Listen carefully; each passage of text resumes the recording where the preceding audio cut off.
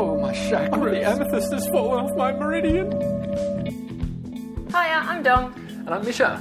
And I have a chronic illness. Me too. So welcome to Anything Short of a Coffee Enema. A podcast on which we'll discuss the things we do or have done to function. And set each other challenges or tasks every time. We are prepared to go to any lengths to achieve reasonable health. Short of a macchiato, up your jacksie.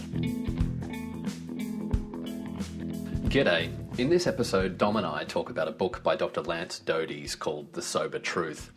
The conversation was far too long to include in one of our normal episodes, and to be honest, I was worried about potential reactions to some of the ideas in it. I cover some arguments that are critical of 12-step groups and make some comments of my own that are critical of these support systems. I'm aware that some people find conversations of this kind confronting and upsetting. If that's you, you may not want to listen to this episode. I hope that this conversation is useful, although having just edited it, I'm conscious that I, in particular, am still thinking my way through some of these ideas. As always, thanks for listening.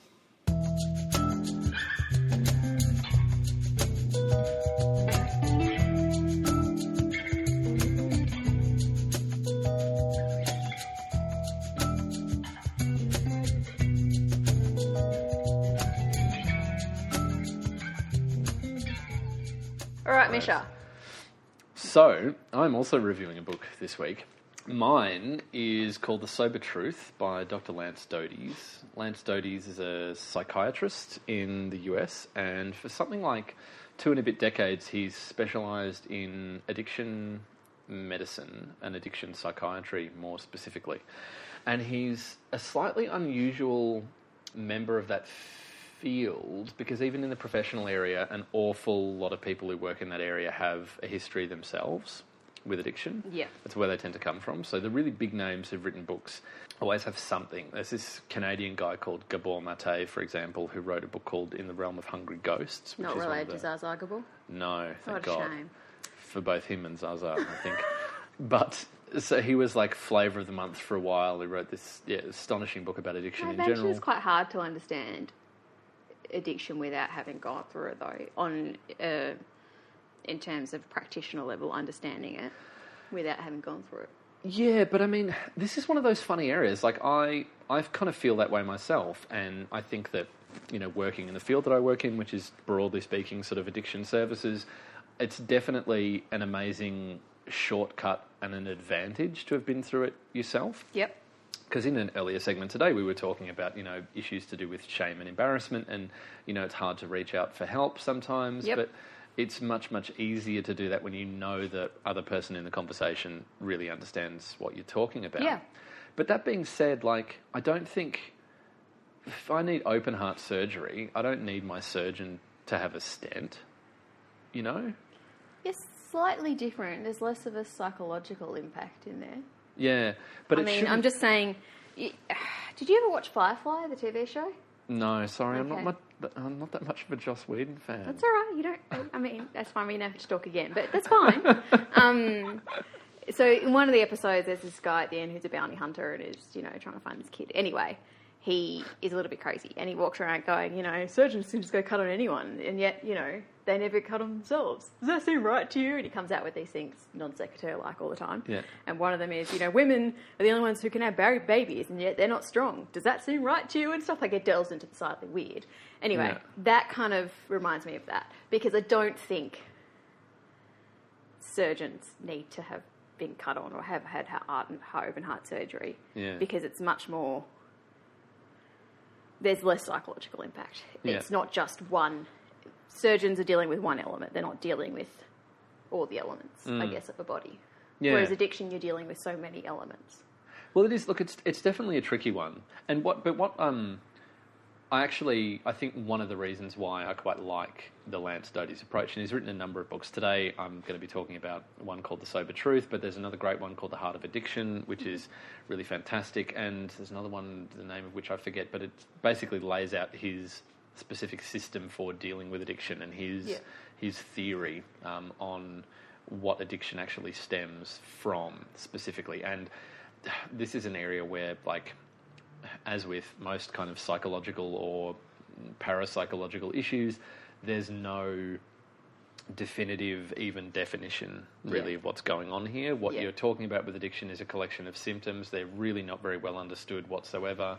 It's a mess, candidly, and everyone who works in the field for a while tends to develop their own pet theory of where it actually comes from. To give you a couple of them, there's a journalist called Maya Salovitz, who's herself a recovering addict, who thinks of addiction being fundamentally like a learning disorder. For example, she sees a lot of crossover between, say, autism spectrum disorders and addictive behaviours.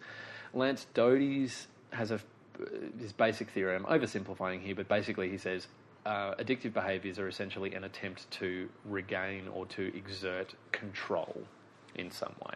Okay. So to put that into really crude forms, for somebody like me, it was, don't like what I'm feeling inside, but I know that I can have some control over my emotions by taking in X substance, which I know will make me feel something else. I mean, that sounds logical to me, being a non-addict. Yeah, in really kind of simple terms.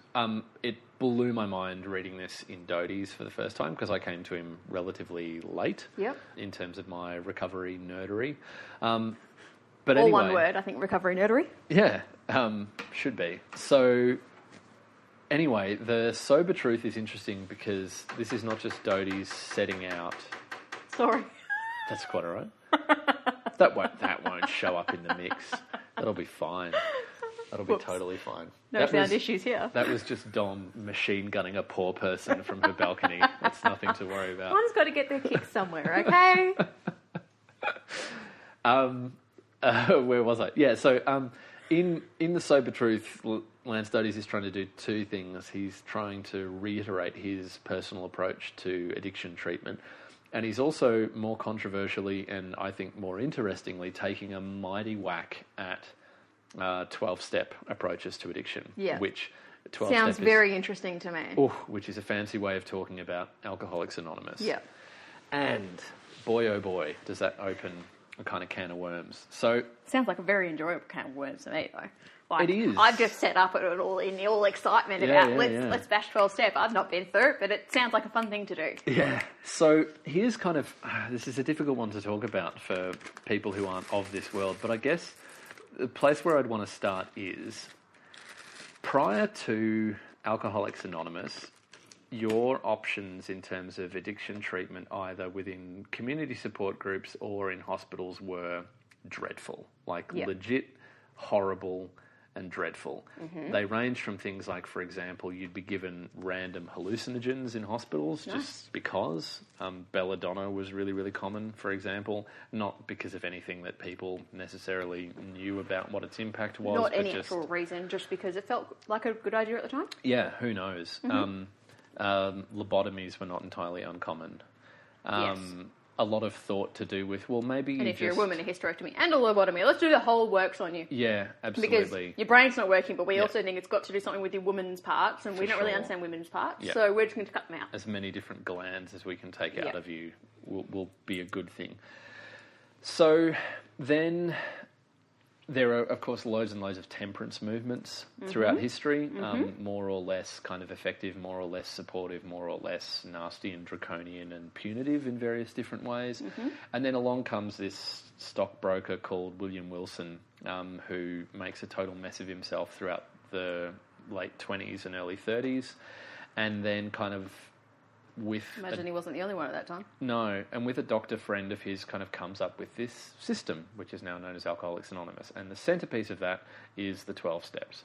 And it's very God-infused from what I know, isn't it? Yeah, well, that's like... I imagine they tried to take that out a little bit recently. But... It's a weird area. They certainly claim to... There's like, look, my experience is I'm not super-duper involved with 12-step groups at the moment, but I was for quite a long time. I am as hard-bitten an atheist as you could ever hope to possibly meet. That is one thing I'm definitely 100% sure of in you, is that you do not believe in a God. Yeah, and for me, it was like a persistent irritant, but not something that was a necessary part of it. Because one thing that you will hear over and over again if you have any kind of interaction with these groups is that you come up with a higher power, quote unquote, of your own understanding. No one's supposed to be able to tell you what precisely that is. Dom's making a sort of half-interested, half-go-get-fucked face. Yep. And that's higher very power much... these people, finger in the air. Yeah. Well, that's like... it's such a bizarre and confusing thing. It's a spiritual, not a religious Can I organisation. put, like, just so the audience know, I'm a redhead. I don't take suggestions well, okay? Don't tell me what to do. I will tell you what to do. That's right. Dom's Continue a hard-headed rationalist, and as a Pisces, on top of that... Also born in the year of the tiger, so, yep. So... And these steps, like, to give you the most secular version of them, to the best that I can do, and to the best of my understanding, it's like a very, very crude, but very comprehensive psychological readjustment. The steps give you the opportunity to dump your emotional and psychological baggage in the early parts of them. I agree with a bit of dumping. To repair damage that you've done in relationships in your life. So this is the part of kind of like making amends. Yep. And so on and Calling so forth. up people you haven't spoken to for 4 years and going, hey, I'm really sorry about that thing I did at your wedding. Yeah, that's right. Although that, again, like that's... Trying to blow your new groom was not a good idea. I'm sorry. I was a bit drunk. That's such a tricky one on so many different levels.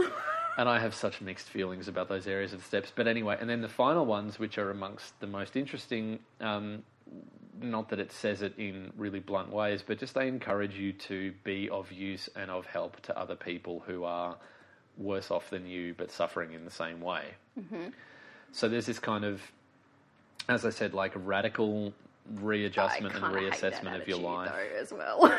Yeah. Like, who are you to determine if somebody's suffering more than you? No, but I mean, so within the context of Alcoholics Anonymous, for example, it's okay, so somebody's just less far along the path. Yep. Okay. So right. step 12, the very final one, is basically carry the message, essentially. Yeah. It's to more or less evangelize, but more specifically, it's like try and help other people who are doing it tough.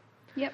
Okay, so, kindness is never a bad thing. Yeah, that's right. So, yeah, if you shear the God stuff out of it, what you get, as I said, is a very crude, but sometimes often quite kind of crudely effective approach to this particular problem. And it's particularly amazing just given the paucity of other options. So to give you some examples, we happen to be in Victoria, and if you want a publicly funded bed in a rehab, you're looking at a minimum of a 6-week wait. Minimum. Actually, that's better than I thought. I thought you were about to say like an 18-month wait. No. So given how much the media, and I'm using wiggly fingers when I say media, whinge about ICE and shit like that. Yeah. I mean, I'm not saying ICE is great. Sorry, I don't mean whinge in like if no, they shouldn't be. But they kind of are. Like technically speaking, they are. It's the one that's in the headlines. When I think that Australia has a much bigger problem with alcohol than they do with... Yeah. I mean, I'm not saying we don't use recreational drugs like they're going out of fashion, because holy shit, we do. Yeah. Just that we don't like to look at how much we drink. Yeah, it's sure. uncomfortable. So the problem, I guess, with a kind of 6-week waiting period is it'll be 6 weeks if you're hyper organised, if you have an internet connection, if you have a working mobile phone, and if you are... And if you probably have a GP that's happy to help you. Yeah. It's a consistent GP, I imagine, a little bit. Maybe that'll help, but I doubt it really, because it's not a referral thing. It's about how closely do you stay in contact with public providers, and how consistently how lucid motivated are you over 6 weeks? seem. For someone with addiction, that's awesome. Exactly, and almost by definition, you're not that person, Yep. right? So, look, under those circumstances... Because you also can change your mind that quickly. Yes. Like, within 10 seconds, you could have changed your mind. My personal experience was for sure that you can go through several times a day kind of, I really, really, really want help. I really, really need help to, no, I'm fine, actually. I've been fine for years, and I will continue to be fine for years. Sure. What could be more civilised than drinking at the level that I drink? Yeah. 11 a.m.'s a totally normal time to drink. It's late. You can really go through lots of different things in a day. So this is all a long preamble to say that you will never hear from me anything other than the prevalence of these community support groups is an amazing thing. Almost any metropolitan centre anywhere on the face of the planet outside of, say, North Korea, you'll be able to find dozens of meetings a day. Yep. There are people who manage to... How do you find them? Online, bump into someone else who's an addict and they will find one for you. Okay. But so they've, like, generally Alcoholics Anonymous, Narcotics Anonymous, Crystal Meth Anonymous, all the other anonymous versions of them. Is there a Sugar Anonymous, given how sugar is demonised these days? There probably is. I doubt specific Sugar Anonymous, but I say as I'm definitely casually eating a Skittle. there are definitely there are groups to do with problematic food disorders, Like for Overeaters sure. Anonymous or something. Yeah, But that's yeah. not quite the same thing. Absolutely. Well, It's an emotional thing rather than I'm physically addicted to sugar. Sorry, not totally deviating. Continue on your path. no, but I mean, sorry to get nerdy on you, but I mean, you have the same range of issues, right? There's a physical dependence, Yeah. which is different from the addiction. Because the tricky thing about addiction is always it's not the dependence. If you could the just need. get someone through the withdrawal symptoms, if that was as easy as addiction services were, then, I mean, I wouldn't have a job. Yeah. You wouldn't need people This like is me, and the it'd be really the easy. need that isn't physical, yes. The tricky thing is you get people through withdrawal, but that does not in any fundamental way solve the problem. So anyway, like one way for people to solve the problem completely for free is to go along to these support groups, Yep. which are, and by far the most prevalent, by far the most popular, are these 12-step groups. So all of this is, I can predict the hate mail, but here's where we start to run into problems, right? These are support groups. They're not facilitated by anyone who's a professional of any kind. They're facilitated, in fact, by people who are, by definition, mentally ill. Yes. And there's a little bit of a problem there. Yes. Not to put too fine a point on it, there's some problematic behaviour to do with, shall we say, men in these groups. I'm glad I'm not the one who said it. I've not been to those groups, but I could guess that from a very, very far away distance. Yeah, not to put too fine a point on it. Now, there are ways, and I want to stress this really, really quickly and emphatically, there are ways of dealing with that. For example, there are women's groups, women's only groups. There are men's only groups as well, and those are very, very good things. It's not just limited to cricket bats. No, that's exactly right. But that's like, there's a thing. There's another thing which we've already mentioned, which is if you can't get over, the glottally stopped monosyllable beginning with capital G on the wall, then that's going to be a bit of an issue for a lot of people as well, because it does, there are lots of these things. A lot of these people have experienced serious pain or trauma, and a lot of the time, I think some of what having, again, not worked in the area, from the couple of people I know with addiction issues, what has driven them to addiction has been the hatred for stuff like God. I'm talking about people that have had trauma induced, often in institutions and stuff. Yeah, for sure. Absolutely. So seeing that word on the wall, I imagine, could be very stressful for some. It's not cool. Absolutely. There's also there's a huge aspect of... Sorry. Cat is trying to eat wires. That's not great for anyone. There's a huge part of it which is kind of like, to be honest, it's the opposite of sort of empowering a lot of the literature is. It's like, it's about humility. It's about... You hear these awful stories about people who... share things about traumatic past and get asked questions like, what was your part in that? For example. I'm all for taking responsibility, but probably better ways to phrase it. Can sometimes be a little bit extreme. So again, so many caveats to make. Big one is, of course, they're freely available. They're more freely available than various other things that people might have access to. But there are definite problems with these groups. So enter Lance Dodes, who's having a look at lots of research to do with the effectiveness of these groups and the ineffectiveness of them and some other sort of dark areas. So the things that I was fascinated by, for example, there was a point in time in which Alcoholics Anonymous were doing really, really, really comprehensive studies on not so much effectiveness, which is really hard to gauge in these areas, but things to do with how long they maintained a relationship with people who interacted with it in the first place. Yep. And those stats turned out to be rotten, really bad. Around about 5% of people stick around, for example. That's not great. Not great. By the way, it's not actually a lot worse when you look at any other areas of addiction medicine, unfortunately. But that's one thing to keep in mind. There are some stories about the founder of Alcoholics Anonymous, which I was not entirely 100% familiar with, which raised some eyebrows. So, for example, here's a guy who came up with an apparently wonderfully effective way of dealing with addiction. He died of emphysema, which suggests to you that addiction perhaps not overcome. However good he was at dealing with alcohol in his life, there were other areas where it didn't seem to transfer. His sexual behaviour was compulsive, if not Deviant? to say... No, not deviant, Okay. but I mean, again, like compulsive to the point where you start to wonder whether there's a legitimate question to be asked about whether that was an expression of addictions that weren't addressed either.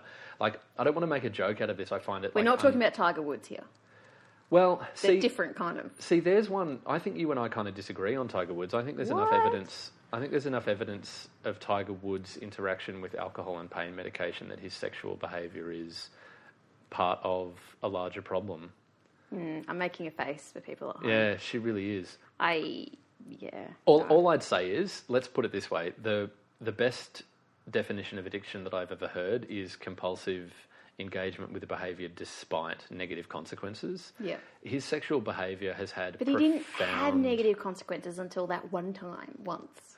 Yeah, but when it's all out... He wanted to get caught, is what you're trying to say? No. It's just like he, with all the stuff that was at stake... and with all of his theoretical ability to hide that behaviour if it was just womanising, like the fact that it comes out... Yeah. He's like... What I see in his life post-back injury is the driving under the influence, the being caught with pills that he really necessarily shouldn't have had, and indiscreet sexual behaviour which led to him losing millions and millions and millions of dollars in endorsements. That's a pretty classic pattern. His family. Yeah, that's a pretty classic pattern of someone who... is not even vaguely close to having any of this shit under control. See, I see that as a classic pattern of a man who's been allowed to do and say and be anything he wants because he's really good at sports. That's all I see that as. Yeah.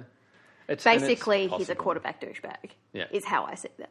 It's perfectly possible. He's allowed to treat people like shit because he's always been allowed to treat people like shit. He's always been allowed to get away with doing whatever the hell he wants. Yeah. So why wouldn't he? Yeah. Unfortunately, that's... I know, we're going to agree to disagree, I think. No, quite. It's but that's another interesting area, like interesting, macabre sort of area when you think about addiction, because honestly, often it's really hard to tell the difference between that and... Yeah. I imagine it probably there's not a lot of daylight. There's not a lot of daylight between those two. Anyway, so yeah. Who's a douchebag because of patriarchy? Who's a douchebag because of addiction? Yeah, that's right. And whose was a douchebag because of patriarchy, but then addiction came along somewhere halfway in the middle. Okay. With your reasoned arguments, maybe you have a point. Sorry. I'm not going to give in, but maybe there's a point there. I think my reasoned special pleading as a member of the addicted recovery community. Yeah. So, I guess a couple of other things to say about Lance Dodes. He's really open about the fact that he's got an alternative to these groups that he's suggesting. Yep. And it's one which, to be candid about where he comes from, is also... financially remunerative to him, because he's a psychiatrist and he strongly suggests that people engage with psychiatry. Yeah. He's very sensible in the interviews that I've heard. He writes really, really well, but he's not saying be skeptical about 12-step groups and here's my freebie solution. He's saying be skeptical about 12-step groups, and what you should do instead is engage in a course of psychiatric therapy, which is... frankly, beyond the means of most people, and beyond the means of even people with like really solid health insurance of various kinds. Yeah, it's really, really tricky. What's interesting, I think, and what's really, really important about what he says is like he moves the conversation out of some areas that I think people should be really uncomfortable about when they think about 12-step, the anonymous methods. They are things like, in 12-step literature, you find a lot of stuff that appears to make this a moral concern, or that talks about it as if it's a moral concern. Mm-hmm. And I think that's a really, really dangerous way of thinking about what we now seem to understand as a psychological disorder. Yeah. People who have addiction do really shitty things to people who love them. There's absolutely no doubt about that. And to people who they love. Yeah. And they spread the pain around, and it can be really hard to tell the difference between, again, someone who's trying to protect their access to a substance and someone who's, just wildly self-destructive and an arsehole, kind of, right? That being said, though, it's not the best way to deal with that is not necessarily to say, let's try and course correct from a moral point of view. Yeah. There's also just for me, and I just want to be really clear that I'm being entirely personal here, I have never understood what the fuck people are talking about when they say there's a spiritual solution in these circumstances. I've been through all 12 of the steps. I had a sponsor in Alcoholics Anonymous who I worked really closely with. I've been through all of this shit, and all I did was make the appropriate noises when we were doing these kind of steps. I now leave meetings before the Serenity Prayer that happens at the very end because I just don't want to have any truck with that. School. Yep. It's just... Serenity Prayer. Yeah, it's just that kind of stuff has no part of my recovery, and it never has. Yeah. So it's really refreshing for me to see someone who says, let's try and approach this without the kind of what I just see as a mumbo-jumbo element. I freely confess, by the way, there are people out there who say, and I believe them, that without the spiritual aspects, without the religious aspects, it just wouldn't have worked for them. Yep. And I credit that totally. If that makes sense to you as a recovery option, I've no problem with that whatsoever. Just realise that people like me are rolling their eyes so hard that you should be able to nodding, hear smiling, and then rolling. Yes. Yeah, from across the room. What else is fascinating about Dodes? Yeah, so back to the kind of... So you can't access his 7-step program without paying, or you can access it through the book. You can read the 7 steps. Could you apply them to yourself, or would you need? In the same way that you could apply the 12 steps without getting a sponsor and going to meetings, theoretically. In the same way that you can apply theoretically, anything, but unfeasible.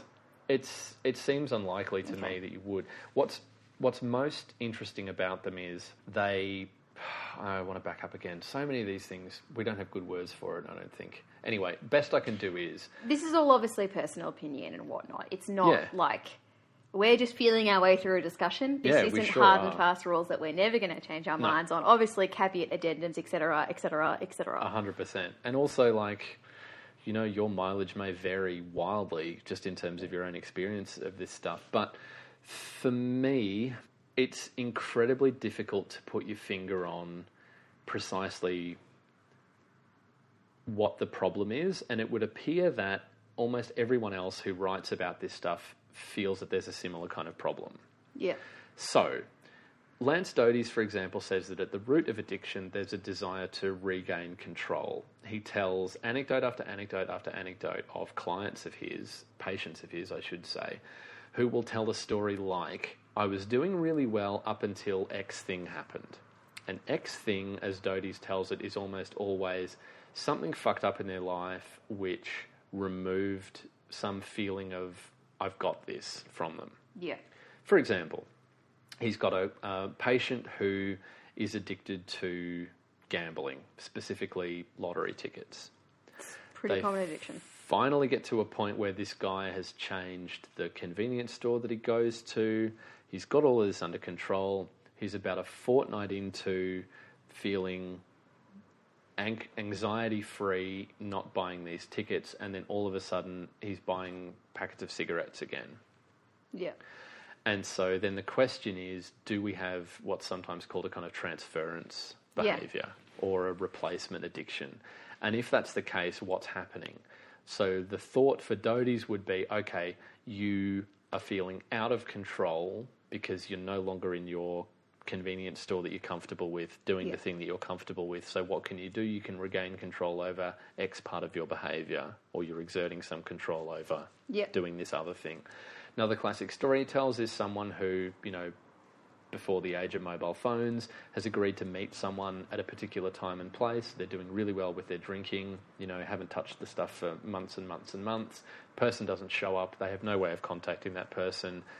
Really feeling anxious. Everything's screwed up in their lives. They look up and they see bottle shop, bar, whatever else, and that's where things go to hell. Yeah. My own personal experience, without going into any kind of details, I don't know if I'm just telling myself a story, but I can pinpoint moments where perception of lacking control over something or feeling like things were out of control are really strongly tied into periods of time when my drinking was really bad. So I happen to have a story, as many people do, of friends and loved ones put pressure on me in my early 20s, telling me that I had a problem with drinking, and so I did a whole I'll show you, and I just stopped. Yep. And for 9 months, I very successfully I was going to bars with friends and drinking lemonade. Yep. I was, in a share house where alcohol was a kind of constant, and it was just not an issue.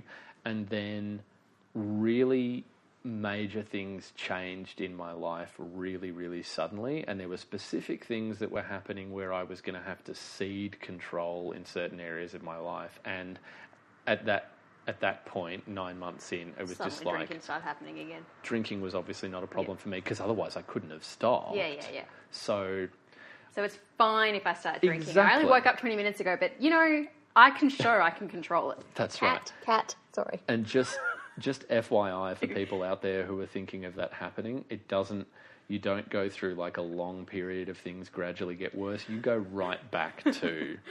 This is the really horrific thing about relapses. Back to the worst level of hell you've ever been at. It's back to as bad as it was, and there's no kind of gradual kind of tapering off. So... Where do we get to with Dodes again? He's massively controversial. Here are the two kind of responses you tend to hear are people who've had bad experiences with 12-step groups go, thank God someone's finally talking truth to power, and this cult needs to be busted. Yep. Right? That's one really common response. The other really common response, and one that I'm kind of half anticipating should we ever get listeners, is you're putting people's lives at risk by spreading heresy about 12 steps. Because this is an attitude that people have, right? And I can... Whatever helps, man, helps. I acknowledge the concern in that... We're not saying that, don't seek help. Yeah. We're not saying if you want to seek help, for God's sakes, don't go to Alcoholics Anonymous, because they're not going to help you. We're just saying that for some people, perhaps some elements of it aren't going to be working. Here is an alternative that maybe you want to read into. Yeah. Put into the hand of somebody who thinks needs to read it. Yeah. Do you know what I really wish, and it may be a project for at some point later in my life, but there's a need for a kind of... I could see how you would try and make it kind of trendy and kind of like hacking the 12 steps. That's how you'd pitch it. But there's a need for, here's how you engage with this if you're not insert this thing here. Yeah. Like if you're candidly... if you are not if you're not a very, very self-confident, I can get in your face young woman, I would strongly suggest, for example, you go to women's only meetings. Yeah. Because, again, as I said, the one thing you can guarantee about or those if you're not okay with being fragile in front of men. Yeah, well, that's right. Yeah. But there's also just like, I'm sorry, but you're going to go and be in a room with people who are mentally ill. That's probably the bottom not line. in great control of actions. Very often. But certainly not of Yep. words. Very often, many of them are not. Impulse control issues, all the rest. If you're not... Like a young Labrador. Yeah, if you're not a God person, you're going to need to have quite a bit of self-possession, and you're going to need to be able to sort of tell people that's just not for me from time to time. And you are going to meet people in those groups, I'm afraid, who are just going to look at you as if you don't give your life over to a very specific God, then you're a goner. There are other things like heartbreaking things that I've seen at meetings. At Alcoholics Anonymous, very often the meetings will not allow people to talk about drugs and drug use in their past. Right. And that's... But if it's all feeding into the other addiction that they're for... Yeah, but it's not like... I honestly don't see a distinction. I don't see a distinction between behavioural addictions like sex, like food, like gambling, like hairbrushing, like... there's a way in which, maybe OCD is just... hairbrushing, sorry. Yeah, but I mean, there's a way in which things like OCD are sort of so similar in a sense. Like, where Washing again hands, is a line that you draw between those and other forms of compulsive behaviour like addiction. So there are all these kind of manifest problems. And as I said, like I do wish there was a kind of something out there that just said, here's a way of navigating these, which will enable you to have a little bit of success. Because again, candidly, like I'm 6'1", I've got a beard you could hide a badger in. I'm not the sort of person who's easily pushed around. I'm a smart ass. I'm lippy. I'm really happy to get back in people's faces if they're if they get in my You're face. intelligent enough to play tricks on people and they don't know you're playing them as well. there's that as well. And I mean mental tricks like word tricks and other stuff like that. But in that sense, like I'm not a particularly vulnerable figure to be put into. Yeah. And even at my worst, and, you know, frankly, I should probably not have been trusted in public places in the first sort of 6 months of my recovery. I was not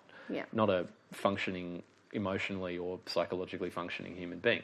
But that being said, I wasn't in a kind of cohort who would be highly at risk in these kind of meetings. But unfortunately, it's just the case that people who are not so fortunate, so kind of, you know, privileged to use the buzzword, in those circumstances, they would be far, far, far more at risk than I would have been. Which could be more damaging than helpful. Absolutely. Yeah. Well, there's a huge, you know, within mental health services at the moment, the buzz phrase of all buzz phrases is trauma-informed care, which is the idea that you need to be very, very cautious about the fact that many of the things that you might attempt to do thinking that it's clinically good is going to just ring massive alarm bells in people, and this dreadful sort of idea that the kind of care that you're attempting to provide can in fact reinforce pain that people have suffered, and that's a huge risk in kind of ad hoc support groups. And it's a really important thing, I think, that Dodes is doing, to just say, hey, let's be a little bit cautious about these things, for sure. And let's also, you know, a step. I was funny there. Yeah, Sorry, it's really good. And again, like he's such a smart ass that he's very deliberately, obviously, named his system a kind of 6 or a 7 step. Yeah, I enjoy that approach. actually. Yeah, it's good. And there's nothing wrong with a little bit of a dust up like this from time to time, as I said. But it's just it's such a fraught area. But even for those people that love the 12-step program and it has changed their life, it has made the biggest impact on them, and they are staunch defenders of it. Someone coming out and re-examining it and going, this doesn't work or that does work, or we should be wary about this element of it, isn't beating it down. It's actually, that's a way to help things improve or stay good or get better or whatever. You've got to keep re-examining ways to help people. Yeah. Or you stop helping people. I'm totally with you in theory, but again, I can tell you a personal story. So when I encountered Lance Dodes for the first time, I was about 18 months sober, somewhere between 18 months and 2 years. And I had just finished working through the steps with my sponsor. We were about to start working through, everything's in 12s with AA and NA. So there are 12 steps, there are 12 traditions, 12 concepts, 12 ideas of world service. It just keeps on going on and on and on. And these are the kind of central areas that theoretically you get interested in and work through with your sponsor. And we were just about to start the traditions, and I said to my sponsor, you know what, I've just read this book, and it's really changed the attitude that I have towards this. It's changed the attitude I have to where this program came from, and I'm just starting to feel like... it was the first time I'd said to him, you know what, I'm not going to do this stuff anymore. Yeah, I'm not going to do this, I'm not going to do that. When we talk about prayer, I just want you to know that for me that means mindfulness meditation and nothing else. We had an hour and a half long, real serious fight on the phone about this. And he, by the way, was he just trying to... did he just think you were trying to get out of doing things? At this point, the universe, through the medium of GarageBand for iPad, told me that I'd been waffling on for far too long, and we ran out of recording space. Being sensitive to that sort of message, I decided we should keep the conversation going. With a silky smooth transition, that's what we did. My sponsor and I had worked through the 12 steps. We were just about to start the 12 traditions, which are much more kind of broader theoretical ideas to do with how Alcoholics Anonymous works. And I started reading Lance Dodes' books.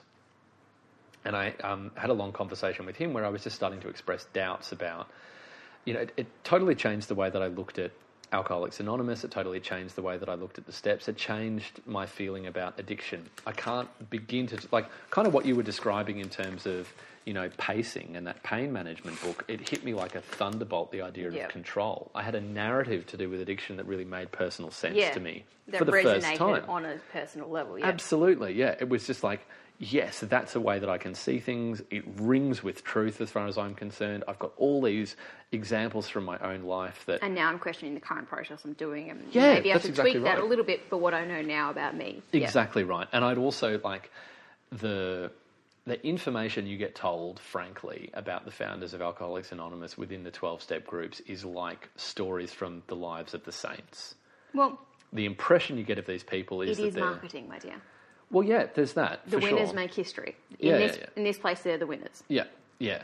And so there was a fair bit of naive disillusionment, frankly, when you hear that ultimately they may have been slightly unsavoury characters in certain ways, much as they intuited a pretty remarkable approach, which, again, I want to stress that there were no viable alternatives for people. There was nothing, and then there was a 12-step program, yes. Exactly. And even now, there aren't really easily accessible viable alternatives. So my sponsor, who was... Sorry if my cat eats your pouches. No, not at all. Okay. So my sponsor was an atheist. Yep. He was a mathematician, man of science, very well read, very well educated, like PhD in stats. Was not cool with you questioning. No, but I just want to, put all this into context to say we're not talking about someone who was a Bible-thumping reactionary, right? But his response to me saying, do you know what, I've got really serious reservations about these areas was an almost superstitious dread that if you deviate from what's in this system, you are going to drink. Yeah. You are going to drink.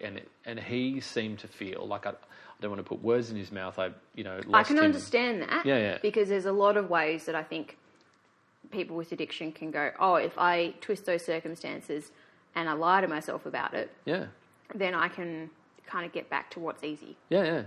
And again, as I was saying to you earlier today, it's like I know that I myself I'm prey to sort of superstitious ideas to a certain extent about there are probably things I do on a daily basis that I don't need to be doing, strictly speaking. Yep. But I do them because brushing your teeth is one of them, people. Continue on. Right. Personal hygiene, probably don't need to, but other people differ on that. Yep. Yeah, but I mean, again, as I said, like this very hard-nosed scientific person had a remarkably aversive reaction to me saying, and I wasn't... It sounds like almost physical reaction, like, no! Like, yeah. It just came out of him, like, no! He was really hurt and unhappy and worried for me. And it took a while. Like, as I said, I was on the phone with him for like an hour and a half, and we were sort of like, we got very heated at a certain point. His, like... get into these weird relationships in AA, but anyway, so I have a sponsor, my sponsor has a sponsor, my sponsor's sponsor has a sponsor, right? It goes on and on and on. So my sponsor's sponsor was telling him, have nothing more to do with Misha. Like, you don't want to be talking to this kid anymore because he's on a bad path. I shit you not. What a way to just drop someone in a giant puddle of shit. Seriously. Like, this is the way... I'm sorry, my face is... I actually, for a moment, couldn't breathe because that is such a destructive thing to say, even not in an addiction sphere. Just cut off contact with somebody. But this is this is what I mean. Like when you're in these areas, and honestly, like that's intense. It's not as if AA is like the cult area in the hinterland, and then there's some hard science version that you find somewhere else. No one really knows what to do with this shit. Yeah. Like for all the Lance Dodes of the world really know in terms of provable, like maybe 12-step system is the closest to a really good version that anyone's got. But it's just like, it goes to show, and I can completely understand, people who are not involved in this world will not really have a clear idea of just how desperately seriously people take it. Yeah. And again, like I think the absence of loads and loads of alternative options means that of necessity, people kind of think if you're dropping this aspect of it, maybe you're just out there totally in the wilderness. To self-sabotage, yeah. For sure, and that there's going to be nothing else that you can really do. It's a really tricky one, and again, like it's if you look up Lance Dodes online and you look up Google reviews of his books, you generally see one of two responses. You see people who go, yeah, thank God someone's finally saying this because no one else in my life was saying this. And then the other people are going, he's filling graveyards. Yeah. And that's not hyperbole. I mean, people literally will write that in reviews. Lance Dodes is going to get people killed because he's turning them away from, this really, really, really important method. Yep. And it's unbelievable how, as I said, it was a shock to me that my sponsor took it that seriously, because I thought that we were going to have a chat about this interesting book like we chatted about other interesting books. I just thought... Like it was just going to be a discussion about the whys, the wherefores, the philosophies. Yep. Isn't this interesting? And I was saying, instead of, I'm now personally offended, I think you're actually about to die. Yeah, that's right. It was such a confronting and weird thing.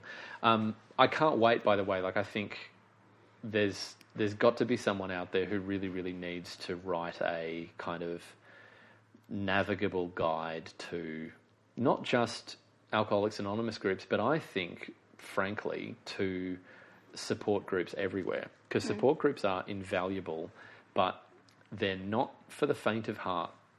They're really, really, really not. And what you think you're going to get from them is often not what you get from them. For example, it took me ages to get around to doing this, but I thought, why don't I just go to an agnostic and atheists meeting of Alcoholics Anonymous? Yeah. And I was like, that's a really good idea. I'll do that. I've never been to a more religious... Yeah. It's not entirely surprising. Kind of overtones of meetings. And I'm talking like I walk in there, there's a woman there wearing sandals and she has a crucifix and rosary tattooed on her foot. I shit you not. It was just like, why did I not predict this? Of course. Of course, within the realms of some things in life, Misha, are inevitable. When you go to the atheists meeting, that's the one where the real hardcore religious nuts are of necessity going to be. Well, they've got to change the world, Misha. Somebody's got to change the world. Yeah. I hope... Also, you don't get to be an atheist without rallying against something. No, well, that's a thing, for sure. I really hope, if, on the off chance that someone ever does actually listen to this, but I hope that I've got across some sense of how fraught and complicated this stuff is, even for the people who are doing pretty well. Use it, it's applicable to their life and they are not going to they're happy to recommend it. It's still problematic. Yeah. Yes. And it's still something that, for example, like I can't talk entirely openly about this stuff at work. Well, no, of course you can't. I've got my suspicions, though. Do you know what? I can't talk about how... Oh, no, actually, I'm going to offend everyone, so I'm not going to. There's many things I can't talk about at work within my industry that I talk about all the time outside of work. Yeah, but I'm like, in addiction services, everyone who, is at my workplace is someone who's in recovery themselves. That's all the staff. Yeah. I'm half convinced that the woman who comes in and does accounts once a week. I bet this is something, I reckon. Anyway. You reckon she was part of Gamblers Anonymous? Because she's probably going to now really have a handle on finances. No, it wouldn't be. No. It wouldn't be something as neat as that. It'd be she would have. Taylor made Gamblers Anonymous. She would have. But she would have run some international heroin ring. Like it's much more sordid than you think. Yeah, maybe. I don't know. Maybe the feminist in me goes, they wouldn't let a woman get that high up in one of those kind of rings, unless it was on TV. Oh, you'd be stunned. I mean, obviously I would be. You would be totally stunned. The number of people I've met who were very successful, shall we say, pharmaceutical entrepreneurs.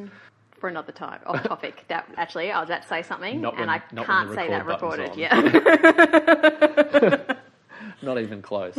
I stopped myself often. I can't. So good job, Dom. I just once again, I guess, still in this paranoid mode, I would just want to say that I think there's an enormous usefulness to these groups. I can't stress enough how reassuring and calming it is to be in a room full of people who all have been through... feel what you felt. Exactly. Yeah. It's the most amazing weight off your shoulders. Another thing that I can immediately guarantee you, if you're someone who's suffered through any level of addictive experience... One of the best things about these groups is you are going to meet people who have worse stories than you, and I don't care how bad your story is, there's someone you will meet who's done worse, been through worse, and got through the other side. Which, whilst bad for them, can be somewhat comforting. But for Don't that, tell them that it's comforting for you, but it's comforting. But for that person also, like, they also will have met someone. There's literally no end. There must be somebody to the shit that people go through. Well, I guess it depends on what you rate as bad. There are people at the bottom. They're the dead ones. Like, they're the ones who don't make it to those meetings. Stories. Yeah. It's a horrible way to put it, but that's just the fact. Like, I can't stress enough how good it is that those groups exist. That's all there ever is. Yeah, but there is at the same time, and like more and more, I'm very grateful that this conversation happens more and more, and that more and more books are coming out. But just people kind of saying they're not the be-all and end-all, because there is also, like, I hate it when people think that if this doesn't work for me, like, there's nothing else. Yeah. Because that's a bad thing for people to be thinking. It's a very bad place for them to be. And just by the by, for people who are out there looking for other things, like a couple that I'd recommend just off the top of my head, like smart recovery is becoming more and more prevalent within Australia, which is an entirely secular process. Never heard of it. Yeah, same kind of thing. It's like groups, they're facilitated groups, which is a slight cut above the totally ad hoc AA way. You've got somebody who is fairly mentally stable. Has done training. All right. So I don't want to say... Okay. You know, it's... Has walked past the mentally stable room, at least. Yeah, exactly. Okay. Just has that faint whiff about them, perhaps. Yeah. But there just aren't heaps of them. Like, I think there are maybe 5 in the whole of Melbourne in the course of a week, whereas you could literally spend your whole day shuttling from one 12-step meeting to another. Like, there are literally that many of them. You could spend your whole day travelling from one to the next to get you through, which for some people is what's necessary. Yeah, what has got them through. Because for the whole of your daylight hours, like, literally, there's like... What else are you going to do? Yeah, but there are breakfast meetings. Like, you can go to a meeting at 7 o'clock in the morning. Yep. Get on a train, go to one that's like at 11 o'clock for lunch, go to a 2 o'clock one, go to a 5 o'clock one, go to a 7 o'clock one, and for some people that's 9. I'm sure there's probably one at 11 p.m. when people are like, I can't go to bed because I'm thinking about other stuff. That's it. So, you can find the late night ones as well, Another great one, though, is Life Ring. Big shout out to all my highly anxious folks. Life Ring, you can just join email chains. And if you're feeling... Like, you can't, like, super socially anxious. That'd be fucking amazing. Yeah. So, and what happens is you just get a dump of literally hundreds of them, like a chain of hundreds of emails will arrive in your inbox every morning. You can join in, or you can just be a total creeper if you want to. Nothing wrong with that occasionally. Yeah. And it can be a really, really, really important start. And also, if you're a child of the 90s, as I was, LifeRing also have chat rooms, which honestly have not been... The software has not been updated since then. It is the same. It's as clunky. It's as slow. It's as accidentally hitting enter, and whatever you had there goes up. But I think my uni still had one of those for one of my online classes. Yeah, continue. That's just brought back great memories. Yeah. So it's another option, especially if you're feeling nostalgic for the dial-up era. That's a way to go. So what you're trying to say is, I mean, obviously I'm not trying to put words in your mouth. No. What you're trying to say when it comes to the book that you initially were here to review... Yeah, which then turned into something else. Yeah, and, you know, that's what conversations are meant to be. But trying to bring it around, back to the point, at least vaguely to turn off, is it's really great, it's really interesting, it can change your mind, it can change your thinking, but that doesn't mean you have to be evangelical about anything. No. It absolutely He's isn't. evangelical. Yep. Let him be that. You don't have to be that. Yep. But it can change the way you think about addiction. Yeah. And I think in an ideal world, I agree that probably the best place for people to be is in multiple times a week, one-on-one counselling with an addiction specialist. Yeah, sure. In an ideal world. If money was no object. Yeah. That's really I what would you'd have recommend. the fridge freezer of my dreams. And probably we wouldn't be able to move for horse blankets.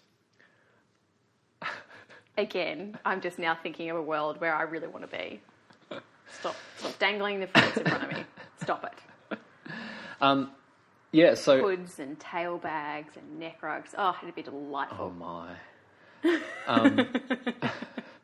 Paddock boots. Oh, the world has just opened up in front of me. Sorry. Back to the regular schedule programming, people. Yeah, so there would be that kind of level of, you know, one-on-one professional care. And I totally Like, I think it would almost be professionally irresponsible for him to recommend something else, in a sense. But again, it's like... I shrugged. Yes. Yeah. Whenever you get into these areas, and especially if you start sort of nosing around treatment options, you discover very, very quickly, particularly in the realm of addiction, that the gulf between what ought to be and what is in life. You just got to fucking make do. Yeah, painfully. And I painfully imagine vast. in underfunded shit like addiction, Yeah. making do is actually gold standard.